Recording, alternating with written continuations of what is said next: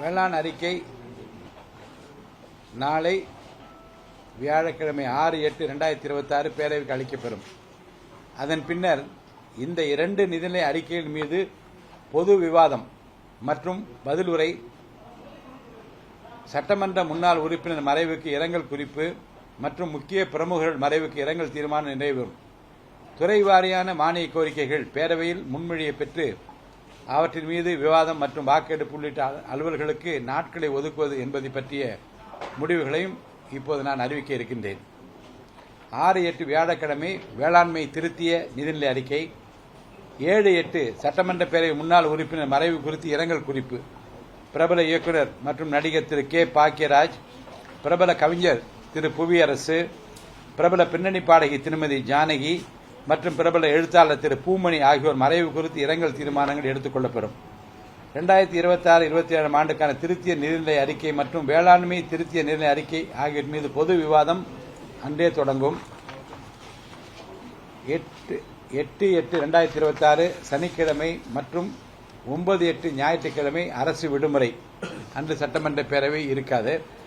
10/8/2026 திங்கட்கிழமை அன்று திருத்திய நிதிநிலை அறிக்கை மற்றும் வேளாண்மை திருத்திய நிதிநிலை அறிக்கை மீதான விவாதங்கள் தொடரும் 2ஆம் நாள். அதேபோன்று செவ்வாய்க்கிழமை 11ஆம் தேதியும் அதே விவாதம் பொது விவாதம் தொடரும். 12/8/2026 புதன்கிழமை அன்று பொது விவாதமும் அதற்கு பதிலுரையும் நடைபெறும். அரசினர் சட்ட முன்வடிவுகள் ஏதேனும் இருப்பின் அவற்றை ஆய்வு செய்யவும் நிறைவேற்றுதலும் அந்த பணியும் அன்றைக்கு நிறைவேறும்.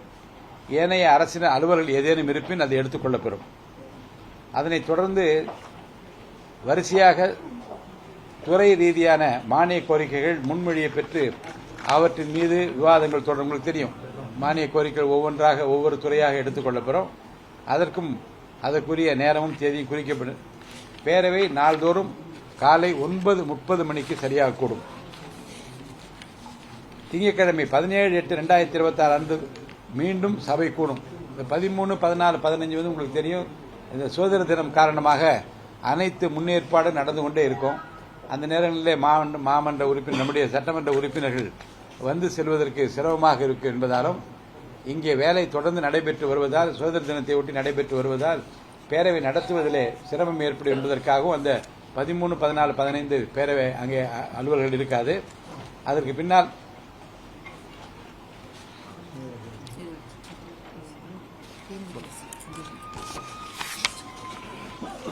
17/8/2026 திங்கட்கிழமை வருவாய் மற்றும் பேரிடர் மேலாண்மை துறை, இயற்கை சீற்றங்கள் குறித்த துயர் தணிப்பு, மருத்துவம் மற்றும் மக்கள் நல்வாழ்வுத்துறை, அது திங்கட்கிழமை. செவ்வாய்க்கிழமை 18ஆம் தேதி நெடுஞ்சாலைகள் மற்றும் சிறு திருமணங்கள் துறை, கட்டடங்கள் பொதுப்பணித்துறை, இளைஞர் நலன் மற்றும் விளையாட்டு மேம்பாட்டுத்துறை, மனிதவள மேலாண்மை துறை, இது வந்து செவ்வாய்க்கிழமை 18ஆம் தேதி நடைபெறும். 19/8/2026 நீர்வளத்துறை, ஊரக வளர்ச்சி மற்றும் ஊராட்சித்துறை, சுற்றுலா, கலை மற்றும் பண்பாடு ஆகிய துறைகளுக்கான மானிய கோரிக்கைகள் மீதான விவாதமும் பதிலுரையும் அதே நடைபெறும். 20/8/2026 வியாழக்கிழமை அன்று உணவு மற்றும் நுகர்வோர் பாதுகாப்பு, கூட்டுறவு வியாழக்கிழமை 20ஆம் தேதி நடைபெறும். அன்றே மாண்புமிகு அமைச்சருடைய பதிலுரையும் இருக்கும்.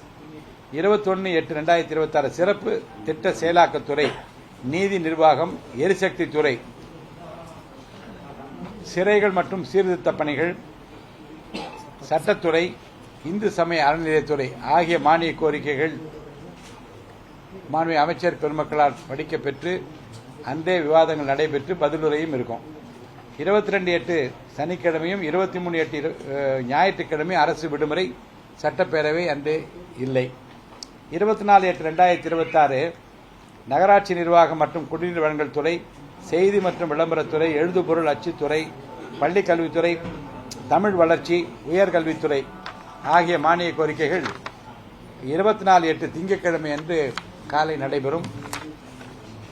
மாண்புமிகு அமைச்சர் பெருமக்களின் பதிலுரையும் அன்றே நிறைவு பெறும்.